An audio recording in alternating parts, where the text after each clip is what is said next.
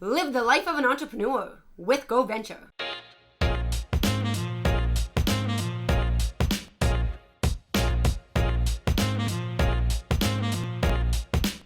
Today we're going to look at some business education games from GoVenture. These games are targeted at very different ages.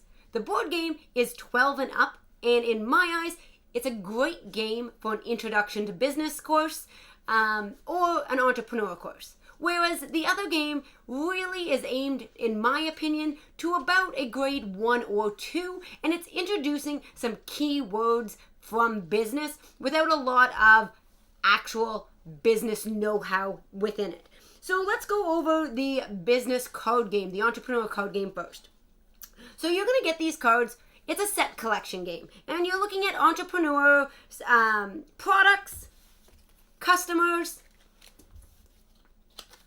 and stores. So with these cards, you are trying to collect and match a customer to its type of product, and then you are trying to match it to the type of store. So in this case, a toy business is looking for selling robots, and then you're trying to find a customer that would have a little picture of a robot because it's something that they are interested in.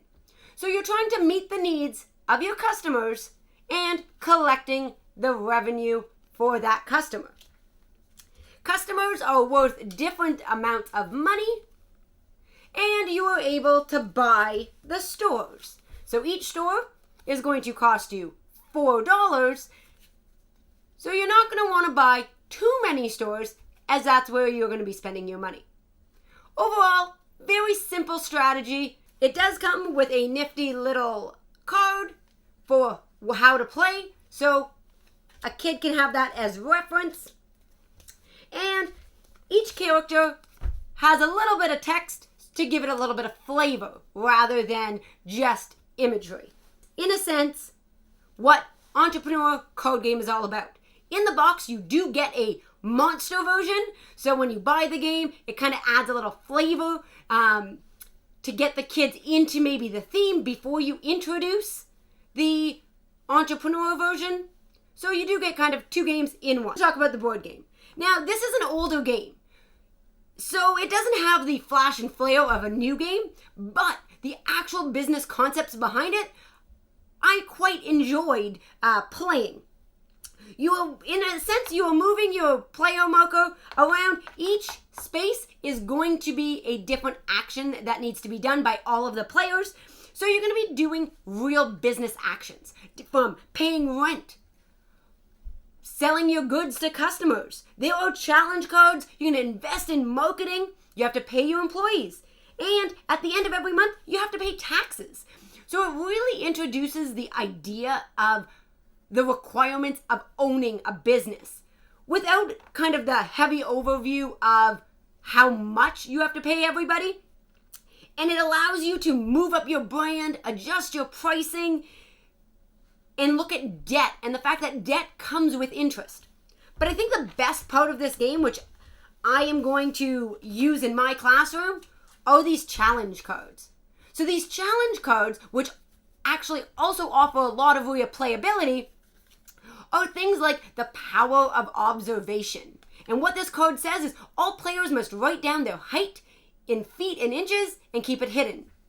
If you guess your height correctly within 2 inches, you win $2,000. There are bad news cards. There are sales question and answer cards. These cards could be something like players write down the correct answer to this question, they win $2,000. A feature of a shoe is the rubber sole. The advantage of a rubber sole is that it does not slip. The benefit of not slipping is that you won't fall down. Do most people buy a product for its features, advantages, or benefits? I'm going to be using these cards in my classroom, even if I don't use the board, because they are definitely some solid questions, including etiquette and a variety of other things. This company is coming out with a food truck game, and that game is supposed to bring in the elements of business from this game, but to show it off in a much more exciting fashion for kids to really keep them engaged. And I think that's where this older game falls down, is the fact that Kids are no longer interested in a spinning wheel, an hourglass, or just moving around the board. So I'm quite excited to see what GoVenture brings to the education table.